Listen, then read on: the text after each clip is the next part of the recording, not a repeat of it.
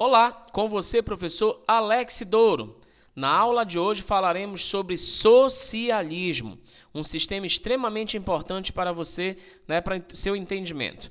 Você precisa recordar que o socialismo, a princípio, é uma sociedade que faz contraposição às práticas capitalistas. Nós sabemos que a sociedade capitalista é uma sociedade baseada na concorrência, na pobreza, na miséria, na desigualdade e principalmente na propriedade privada e, claro, na busca pelo lucro. Então, o socialismo seria um sistema que seria exatamente um sistema que vai contra as práticas capitalistas, como se percebe na imagem.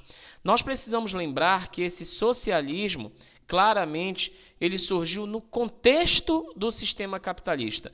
Não esqueça que o capitalismo se expandiu e esse capitalismo gerou concorrência, gerou desigualdade, gerou, assim como propriedade privada e, claro, a constante busca pelo lucro. E essa desigualdade é muito clara quando nós percebemos a imagem ao lado, um cara aqui que nós percebemos se sobrepondo às pessoas mais humildes, jogando cachorros contra eles, mostrando claramente a desigualdade social. Socialismo seria uma sociedade que iria de contraposição a essas práticas. Mas quando foi que isso surgiu, Alex? Nós sabemos que diante da primeira Revolução Industrial, cujo berço foi a Inglaterra lá no século XVIII, aumentou a exploração do trabalhador. As pessoas tinham péssimas condições, tinham uma elevada jornada de trabalho, moravam em locais sem saneamento, sem iluminação e, claro, em locais com muita dificuldade de sobrevivência. É nesse contexto de exploração do trabalhador, é nesse contexto de desigualdades, é nesse contexto de péssimas condições que vai surgir um grupo de pessoas com uma visão mais humanista que vão dizer, não vamos mais querer uma sociedade baseada na relação capital, vamos querer uma sociedade baseada numa relação social. Daí surgiram as teorias socialistas. Perfeito? É nesse contexto que você precisa entender, meu amigo, exatamente que o socialismo seria uma sociedade que vai de contraponto às práticas capitalistas. Mas vamos entender isso daí. Enquanto o capitalismo, nós vimos no vídeo anterior, é um sistema baseado nos meios de produção privados. Aqui, esses meios de produção eles não seriam privados, eles já seriam socializados e a princípio eles seriam controlados pelo Estado, em função do povo. Em outras palavras, nós teríamos a divisão dos bens, segundo a teoria socialista, com todos da sociedade. E aos poucos o ser humano ia se acostumando a viver de uma forma mais comum, tendo, claro, uma sociedade fim, claro, a partir do momento que se habituasse a viver numa sociedade comum, no fim teríamos uma sociedade comunista, onde todos seriam iguais e tudo seria de todos. Mas nós sabemos que essa sociedade, dentro do sistema capitalista, torna-se impossível de se implantar em virtude da ambição, do egoísmo, da desigualdade e, infelizmente, da propriedade privada, que só se destina a buscar o lucro. Bem, teoricamente, nós precisamos lembrar que esse sistema socialista ele vai se basear, portanto, nas contraposições em relação ao capitalismo. Enquanto lá no capitalismo nós teríamos a concorrência, no socialismo nós teríamos a justiça.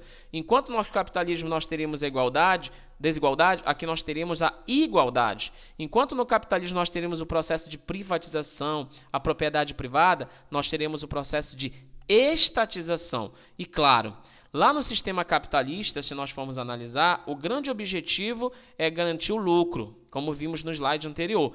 Mas nós sabemos que aqui no socialismo, pelo menos na teoria, tudo seria baseado no bem-estar social. Ou seja, uma boa saúde, uma boa educação, um bom sistema de sobrevivência e, claro, onde tudo seria de todos. Mas isso foi apenas teoria, que nunca foi colocado na prática da forma como de fato foi pensado. Bem, agora nós precisamos entender que enquanto no capitalismo existe a fase que nós temos tipos de socialismo, e nós temos 4 tipos de socialismos super interessantes para nós entendermos. Um deles é o socialismo tópico, o segundo que nós temos, o socialismo científico, o terceiro, o socialismo real, que foi o socialismo soviético, e, claro, o socialismo ainda vigente na China, que é o socialismo de mercado. A princípio, você precisa diferenciar rapidamente que o socialismo tópico, assim como o socialismo científico, foram apenas teorias, mas o socialismo real e o socialismo de mercado foram colocados em prática. O real na Rússia inicialmente em 17, ok? E já na União Soviética depois de 1922 até 1991. Já o socialismo de mercado é um socialismo que está vigente na China, é um socialismo marcado por uma flexibilidade econômica. Mas vamos entender cada um socialismo. Bem, o socialismo utópico, segundo os utópicos, lembrando que a palavra utópico vem de utopia, né, eles criaram uma sociedade baseada no modelo idealizador. Segundo eles, né, não haveria necessidade de luta de classes, porque, segundo eles, haveria um cooperativismo entre a classe social rica e a classe social pobre, que aos poucos não existiria mais, né, essa diferença, pois nós teríamos uma igualdade social. E, claro, nós teríamos o trabalho coletivo, onde tudo seria em função de todos. A situação é a seguinte: segundo os socialistas utópicos, haveria um autoesclarecimento burguês, ou seja, os ricos iam se sensibilizar com a pobreza e dividir seus bens com os pobres. Nós sabemos que isso é totalmente impossível numa sociedade em que se baseia apenas no lucro, ok? Mas, concluindo, nós precisamos recordar que eram ideias fantasiosas que, claro, não condiziam com a realidade do qual estava acontecendo. Neste sentido, seria uma prática baseada uma manifestação, né, a partir do momento que viria dos burgueses, ou seja, o pobre, o proletário, o trabalhador não poderia lutar, né, por seus direitos. Então, eles pregavam uma sociedade sem luta de classes. Mas Friedrich Engels e Karl Marx vão implementar uma teoria chamada socialismo. Essa teoria nunca foi colocada em prática, mas eles pensaram, analisando assim o sistema capitalista. Então a gente pode perceber que o socialismo científico foi uma teoria sociopolítica criada por Karl Marx e seguida por Friedrich Engels. Não esqueça que, segundo os socialistas científicos, primeiro deveria haver uma análise do sistema capitalista para que nós pudéssemos garantir uma reforma socioeconômica. Aqui, o Marx vai dizer, nós temos que eliminar as desigualdades, mas isso só será possível se nós tivermos, claro, uma transformação social, e essa transformação social só vai ser possível com a análise do sistema capitalista e, claro, com a luta de classes.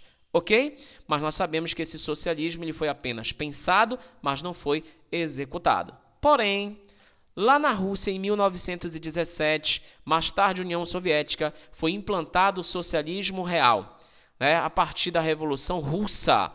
A partir dessa Revolução Russa implementada pela maioria, conhecido como os bolcheviques, sob a liderança de Vladimir Lenin, nós sabemos que vai acontecer o processo de estatização, ou seja, os bens que eram dos ricos, né, passaram para a mão do Estado. O Estado deveria controlar em função da população, mas o Estado acabou se tornando burocrático, gerando um sistema unipartidário, um sistema sem liberdade e, claro, baseado numa economia fechada. Isso acabou gerando, claro, as instabilidades econômicas que acabaram levando ao fim da União Soviética, que é um tema que nós vamos estudar futuramente. Ok? E o último socialismo a ser falado nessa aula é o socialismo de mercado. Esse é muito mais interessante. Você precisa entender que a China se tornou socialista em 1949 e o seu líder foi, né, um cara chamado Mao Tse-tung. O Mao Tse-tung implementou a Revolução Chinesa, seguiu o socialismo soviético com estatização, né, com unipartidarismo, com economia fechada. Mas nós sabemos que com a morte do Mao Tse-tung vai assumir o poder, né, um cidadão chamado Deng Xiaoping. O Deng Xiaoping vai procurar modernizar a China. Logo ele investiu em indústria, investiu em agricultura, investiu em tecnologia, investiu em aparato militar. Mas, ao assumir o poder, o Deng Xiaoping flexibilizou a economia, abrindo a economia, contribuindo assim para a entrada de empresas multinacionais. E aí, claro, essa entrada de empresas multinacionais, elas vão em busca da China, porque na China eu tenho uma abundante mão de obra que, além de ser disciplinada, é extremamente barata, que acaba, claro, sendo atraente para o mundo globalizado. É nesse contexto que você precisa entender que, mesmo baseado na inflexibilidade política, ou seja, mesmo baseado no unipartidarismo, hoje nós temos a China marcada pela expansão das empresas multinacionais em seu território. Essa foi a nossa aula. Um forte abraço, fique com Deus e com você, professor Alex Douro.